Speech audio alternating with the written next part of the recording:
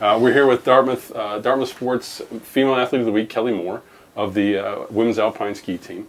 Kelly, you were a consistent skier for the Big Green last year, generally finishing 10th to 12th in various events. But to start your sophomore season, you jumped to the top, winning the giant slalom and finishing 4th in the slalom. Was there anything you worked on during the off-season to help you attain these new heights? I worked a lot on my mental preparation. I think that was one of my biggest barriers last year, was being completely fine with coming 10th to 12th every time. I just expected that my other teammates would kind of take the spotlight, so I was comfortable where I was. I worked a lot on confidence building this summer, and I think that that's obviously paid off for the start of this season. Well, the Big Green Women's Alpine Team does seem to have almost an embarrassment of riches when it comes to talent. Not only does the team have its 3 returning skiers from last year's NCAA championship, it also boasts yourself, Maisie, Ida, Meg Curry, and others. How do each of you motivate the other to raise your performances? I think we definitely have a different vibe on our team this year. We're so competitive with each other, but it's so much more positive. We're encouraging each other at every run. And I think especially what's helped me to kind of find that new gear is standing in the start gate every time, knowing that any of the girls around me, whether it be the ones who make the carnival or the ones who don't make the carnival, any one of us could win on any given day. Well, you have a new coach in John Dwyer this year. With the little time you've been around his coaching, what has he done to instill trust and confidence with the team so far? So the first time I met John was actually last year, before he was the coach at Dartmouth. And I had never met him before. He came up to me at a race and congratulated me and said that I had a sweet run. I didn't place particularly well, but he said it looked great. So that was my first impression of him. So I knew that he goes above and beyond at every opportunity that he can. He's done a lot to instill trust and support for the girls who don't make the carnival team, which I think is huge for our team dynamic, to make sure that we stay together as one. And he's just like creating such a positive vibe. It's very laid back, but we're all competitive enough with each other that he trusts that we're going to do our best. All right. Well, what are you looking forward to in the weeks ahead during the carnival circuit? I'm hoping to repeat last weekend. That was one of the coolest feelings. Libby and Forrest shared the podium with me on Friday.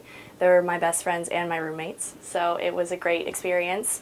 To be so close to the podium on Saturday was also kind of like the light in the fire again. It was tough, but I was close, so hopefully to be able to repeat that weekend again would be the ideal for the upcoming races. All right, well, congratulations this past weekend and good luck going forward. Thank you very much.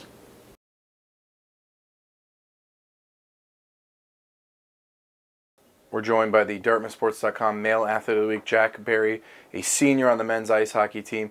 Jack, congratulations. A stellar weekend for you. 4 assists, a big goal, and a sweep of Clarkson and number 18 St. Lawrence. Just take us through what it was like from your perspective to play so well at home and get those 2 big W's. Yeah, it was definitely big for us. I think both teams are pretty competitive with us in the standings right now. So I think we jumped over St. Lawrence on Saturday night in the standings. That helped. And obviously to do it in front of our home crowd makes it that much more fun. ECAC is an extremely competitive league. Obviously we have the #1 team in the country, a couple of teams right now in the top 10. But a lot of people are looking at Dartmouth as the hottest team in the league right now. A lot of that is based on how well you have been playing. Take us through what it's been like since coming back at the beginning of January to be on such a nice run. Yeah. So I think I got to give a lot of credit to my line mates too. I think we came back and we've just been having a lot of confidence, and they've been giving us more opportunities on the power play and kind of that liberty to not really hesitate on our forechecks, and I think that's helped our line a lot. We've really been able to get in there fast and be able to create a lot of opportunities. So the confidence and everything's just coming with it. A lot of people are going to look at your point totals from this weekend, and obviously leading the ECAC in points last week. But to me what stood out was the fact that you were on the ice in the final seconds with a defensive zone face-off. What does that feel like in terms of knowing that not only do the coaches have a lot of trust in you to go out and score goals, but in those crucial situations to go play a strong defense? Yeah, that's something I've taken a lot of pride in throughout my career. I think before these points have started coming lately, I've always been, for the last 2 years at least, I've been given that chance to play in those big defensive minutes.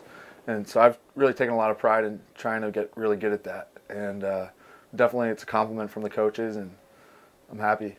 Jack Barre, your DartmouthSports.com Male Athlete of the Week, the ECAC Men's Hockey Player of the Week. Congratulations. Good luck this weekend against Cornell and Colgate. Thank you.